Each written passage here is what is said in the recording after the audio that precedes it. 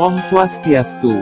Sebelum menonton video ini, ayo dukung kami dengan klik tombol subscribe sekarang juga. Terima kasih. Hai guys, salam rahayu. Sekarang kita akan menuju ke Monumen Perjuangan Rakyat Bali, yaitu Monumen Bajrosandi, yang berada di kawasan Renon, Kota Denpasar. Nah, sekarang kita udah berada di kawasan Monumen Perjuangan Rakyat Bali, Bajrosandi. Di sini kita melihat para polisi yang akan mengadakan apel dalam rangka pengamanan KTT G20 di Nusa Dua. Di depan, kita bisa melihat Monumen Bajrosandi. Bajrosandi merupakan bangunan berbentuk bajra atau genta yang digunakan oleh pendeta Hindu dalam merapalkan mantra pemujaan. Monumen ini dibangun pada tahun 1987, diresmikan oleh Presiden Megawati Soekarno Putri pada tanggal 14 Juni 2003. Di sekitar Monumen Bajrosandi, kita bisa melihat taman yang indah dan lapangan untuk olahraga seperti sepak bola, yoga, senam, dan lain-lain.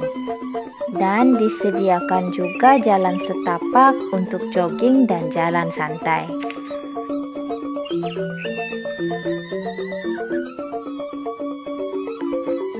Inilah tamannya, begitu hijau bukan?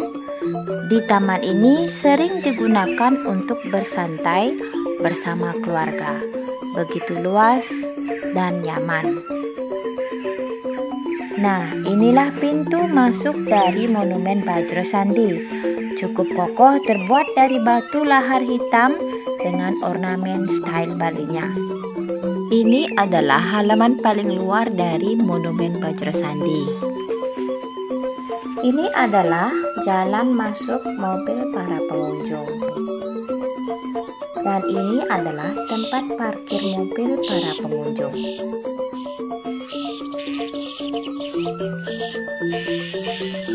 Sebelum masuk ke dalam monumen, kita harus membeli tiket terlebih dahulu. Mari kita ke loket tiketnya.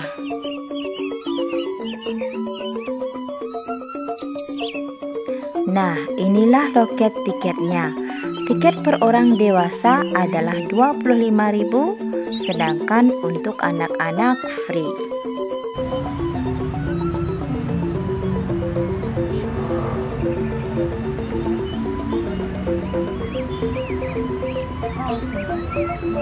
Makasih ya, Pak.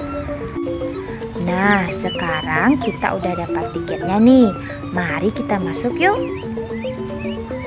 Wujud fisik bangunan kental dengan makna falsafah agama Hindu, yakni Lingga Yoni. Monumennya sendiri sebagai lambang lingga, sedangkan dasar bangunan sebagai yoni. Bajrosandi terdiri dari 2 halaman dan 3 lantai. Lantai pertama, kita akan menemukan perpustakaan, tempat meeting, dan kantor.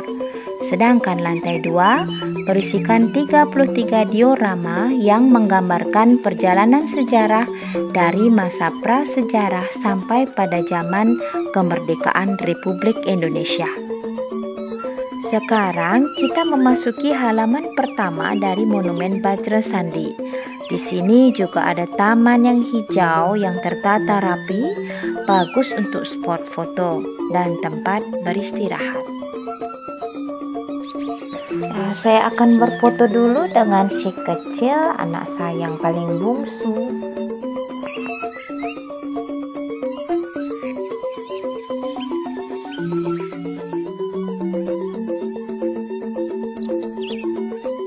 Untuk menuju ke halaman kedua dari Monumen Bajrosandi, kita melewati pintu masuk ini.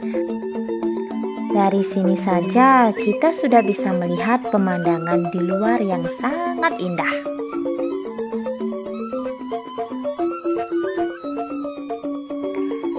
Mari kita lanjutkan untuk melihat lebih dalam ke Monumen Bajra Sandi.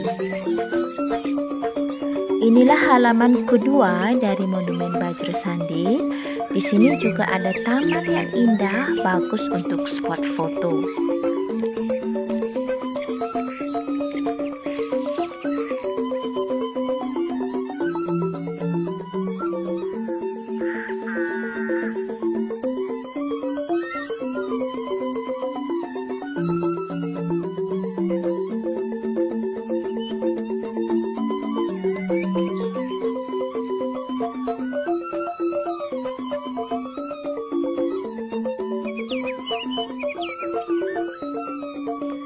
Nah, inilah pintu masuk ke lantai pertama dari Monumen Bajra Sandi. Ayo kita masuk yuk. Di dinding terpajang gambar perjuangan rakyat Bali pada masa penjajahan. Ini adalah aling-aling sebagai penghalang aura negatif masuk ke dalam.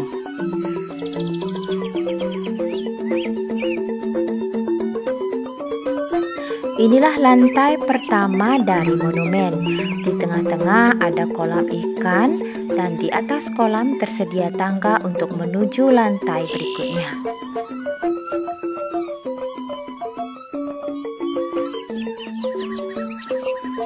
Inilah tangga menuju lantai kedua.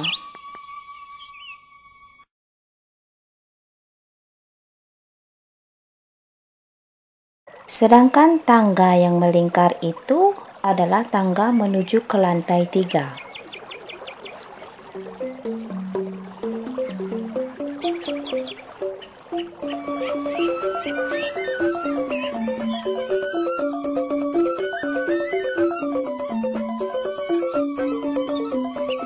Sekarang kita langsung aja naik menuju ke lantai 2. Inilah lantai 2, di mana kita bisa menemukan 33 diorama yang berukuran 2x3 meter. Ini merupakan diorama paling awal, di mana diorama ini menceritakan kehidupan manusia Bali pada tahun 3000 sebelum Masehi atau zaman prasejarah dengan kehidupan nomaden. Inilah penjelasan dari diorama pertama. Terlihat manusia purba Pithecanthropus erectus atau dikenal dengan manusia kera berjalan tegak yang sedang berburu dengan peralatan sederhana.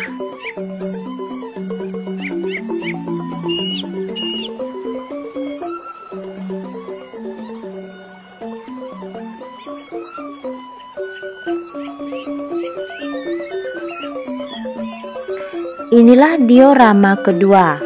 Diorama ini menceritakan kehidupan manusia Bali pada tahun 2000 sebelum Masehi atau dikenal dengan masa perundagian, di mana pada masa itu sudah mengenal peralatan yang berbahan logam dengan teknik pengecoran. Inilah keterangan di bawahnya. Dalam diorama ini juga terlihat masyarakat Bali sudah mengenal sistem penguburan mayat yang disimpan ke dalam sarkofagus atau peti mati yang terbuat dari batu. Dan inilah diorama ketiga.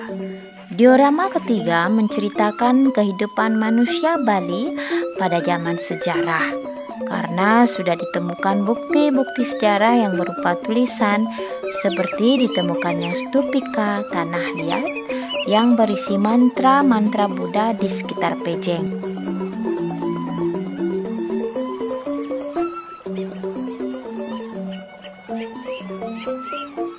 Ini diorama keempat. Pada diorama ini menceritakan Resi Markandeya sedang menyerahkan panca datu kepada pengiringnya dengan latar belakang kesibukan di Desa Taru Gianyar membangun Bali Agung. Resi Markandeya adalah seorang pertapa dari Pegunungan Dieng, Jawa Tengah yang melakukan perjalanan ke arah timur hingga sampai di Desa Taru Gianyar, Bali. Sedangkan ini adalah diorama kelima.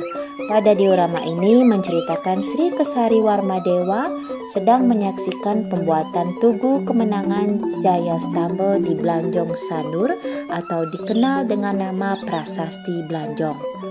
Dalam Prasasti Blanjong menyebutkan kemenangan Sri Kesari Warmadewa yang memerintah pada tahun 914 Masehi dalam menghadapi musuh di daerah Gurun dan Sual. Selanjutnya diorama ke-6. Diorama ini menceritakan Guna Priya Dharmapatni bersama suaminya Darmodayana Warmadewa sedang dihadap oleh pembesar kerajaan di Balairung. Guna Priya Dharmapatni atau dikenal dengan nama Sri Mahendradatta merupakan putri Raja Makutawangsawardhana, Raja Jawa Timur. Setelah menikah dengan pangeran dari Pulau Bali, beliau bergelar Sri Ratu Guna Priya Dharmapatni dan suaminya bergelar Sri Darmodayana Warmadewa. Diorama ke-7. Dalam diorama ini tampak Bali Agung, Meru dan Merajapati sebagai simbol dari Pura Desa, Pura Puseh dan Pura Dalem. Ketiga konsep tersebut dikenal dengan nama Kayangan Tiga yang diajarkan oleh Empu Kuturan, seorang pendeta dari Jawa Timur yang datang ke Bali. Selanjutnya diorama ke-8. Pada diorama ini terlihat suasana kehidupan bermasyarakat Bali pada abad ke-11 Masehi, yaitu kehidupan bermasyarakat. Dalam kehidupan bermasyarakat, warga sering mengadakan pertemuan yang dipimpin oleh klien Banjar. Diorama ke-9. Pada diorama ini terlihat hamparan sawah yang berundak-undak yang sangat indah. Dalam sistem pengairan sawah tersebut menerapkan sistem subak. Sistem subak ini diperkirakan ada sejak abad ke-11 Masehi pada pemerintahan Raja Sri Aji Anak Wungsu. Diorama 10. Pada diorama ini menceritakan kehidupan masyarakat Bali pada masa pemerintahan Sri Astasura Ratnabumi Banten atau Sri Gajah Waktra atau Sri Dalem Bedahulu pada tahun 1338 Masehi. Diorama 11. Dalam diorama ini menceritakan Patih Gajah Mada dalam rangka menyatukan Nusantara pada 1343, kerajaan Bali dapat dikalahkan. Diorama 12. Setelah pemerintahan Raja Sri Krishna Kepakisan, maka digantikan oleh putranya yang bernama Dalem Sambrangan. Akan tetapi karena kurang mampu memimpin, maka digantikan oleh adiknya yang bernama Dalem Ketut Ngelusir pada tahun 1380. Diorama 13. Mengganti Dalem Ketut Ngelusir yaitu putranya yang bernama Dalem Waturenggong pada tahun 1460. Pada masa pemerintahan Dalem Waturenggong, kerajaan di Bali mencapai puncak kejayaannya dan berkembang pula karya-karya sastra dan kesenian yang bernilai tinggi. Diorama 14. Pada diorama ini menceritakan Dang Yang Nirartas sedang membaca hasil karyanya di pantai sambil menikmati keindahan alam sekitarnya. Diorama 15. Beberapa peninggalan masa kejayaan kerajaan-kerajaan di Bali tampak pada diorama ini, seperti Klungkung dengan Taman Kertagosa, Buleleng dengan Istana Singaraja, Karangasem dengan Taman Sukesada Ujung, dan Ngui dengan Pura Taman Ayu. Diorama 16. Pada diorama ini terlihat Patih I Gusti Ketut Jelantik dari Kerajaan Buleleng sedang merobek surat gubernur jenderal dengan keris di depan Raja Klungkung dan utusan Belanda. Kejadian ini terjadi pada tahun 1846. Diorama 17. Pada diorama ini menceritakan perlawanan rakyat Bali di bawah pimpinan Patih Jelantik melawan tentara Belanda di depan benteng Jagaraga. Pada tanggal 28 Juni 1846, Belanda berhasil menguasai pusat kerajaan Buleleng. Kemudian atas desakan Patih Jelantik, Raja Buleleng telah mengambil keputusan untuk mengundurkan pasukannya ke desa Jagaraga. Diorama 18. Dalam diorama ini menceritakan Laskar Kusambe di bawah pimpinan Idewo Agung Putra Kusambe menyerang kubu pertahanan Belanda di bawah pimpinan Jenderal Andreas Victor Michiel di dekat pesisir pantai Kusambe. Dalam penyerangan tersebut, Jenderal Andreas Victor Michiel terbunuh dan akhirnya pasukan Belanda mundur. Diorama 19.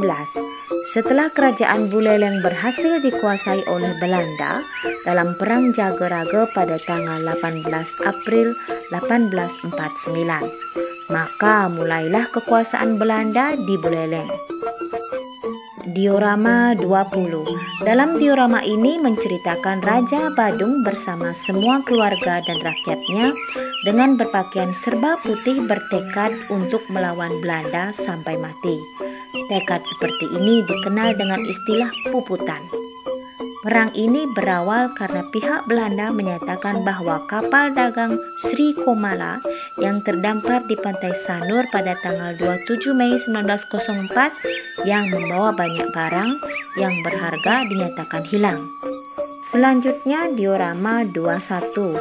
Pada diorama ini menceritakan tentang semangat Sagongwa yang menggebu-gebu dan memberi perintah kepada Laskar Tabanan untuk menghadapi serangan tentara Belanda.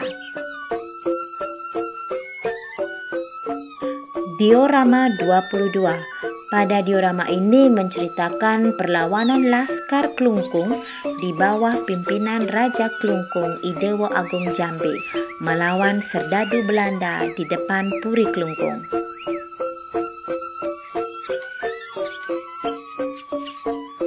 Ini diorama 23 yang menceritakan kegiatan rapat yang dilakukan para pemimpin pemuda di kalangan guru, pegawai, dan tokoh masyarakat di salah satu ruangan sekolah.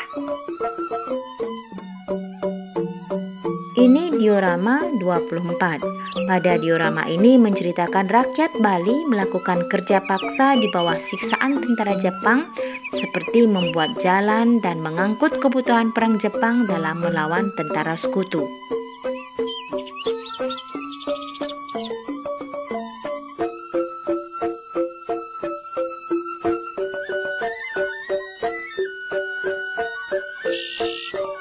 Yang ini diorama 25 yang menceritakan Mr. Puja berdiri menyerahkan surat mandat kepada Mase Ibu, penguasa Jepang. Pada saat itu juga dilakukan pengibaran bendera merah putih. Ini diorama 26 menceritakan para pemuda bersemangat memekikkan salam merdeka dan ada juga yang mengibarkan bendera merah putih. Setelah rakyat Bali mengetahui proklamasi kemerdekaan Indonesia melalui berita proklamasi yang dibawakan oleh Mr. I Gusti Ketut Puja. Ini diorama 27 yang menceritakan terjadi peristiwa tembak-menembak antara tentara Belanda dari atas kapal Abraham Grains dengan para pemuda di pelabuhan Buleleng, dan pada peristiwa ini pemuda I Ketut Merta gugur sebagai kusuma bangsa.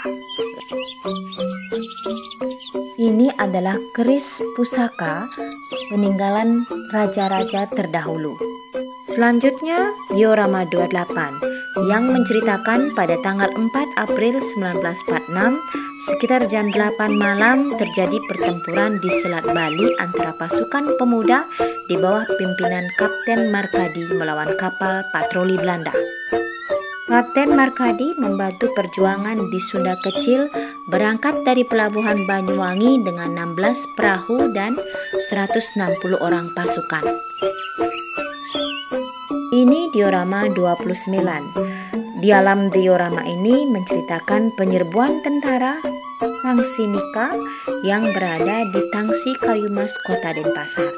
Salah seorang perwira Ida Bagus Japa gugur dalam peristiwa tersebut. Peristiwa ini diawali pada tanggal 18 April 1946 di Pagutu. Ini diorama 30. Dalam diorama ini menceritakan pada tanggal 16 April 1946 di rumah Idewo Nyoman Jahen di Munduk, Malang, diadakan rapat untuk pembentukan DPRI Sunda Kecil di bawah pimpinan I Gusti Ngurah Rai. Diorama 31. Dalam diorama ini menceritakan pertempuran yang sangat hebat terjadi di Tanah Aron yang terletak di lereng Gunung Agung melawan pasukan Nika. Dalam peristiwa ini, pasukan yang dipimpin oleh I Gusti Ngurah Rai semuanya selamat, sedangkan dari pihak Nika banyak serdatunya yang terbunuh. Ini diorama 32. Ini menceritakan pertempuran besar yang terjadi antara pasukan Cium Wanara yang dipimpin oleh I Gusti Ngurah Rai melawan tentara Belanda pada tanggal 20 November 1946. Pada peristiwa tersebut, I Gusti Ngurah Rai gugur bersama seluruh pasukannya. Diorama 33. Dalam diorama yang terakhir ini menceritakan pembangunan daerah Bali yang berlandaskan kebudayaan yang dijiwai oleh agama Hindu yang mengutamakan di bidang pariwisata, kebudayaan, pendidikan, dan pertanian.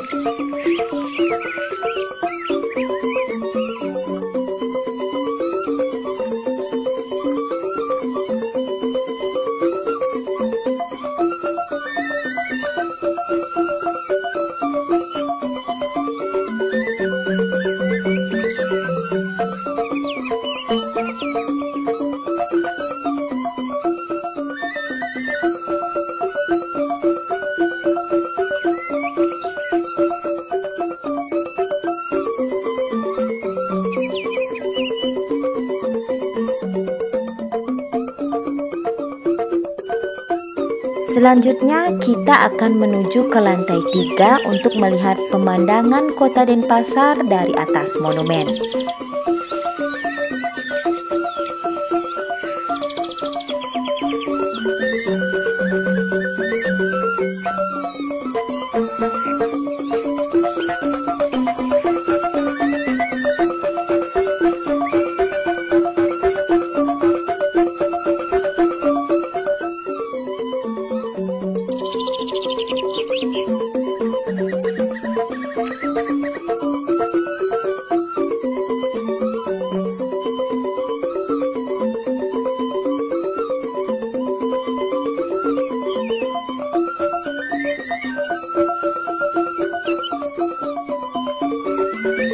Beginilah pemandangan kota Denpasar dari atas monumen, begitu indah dan begitu hijau.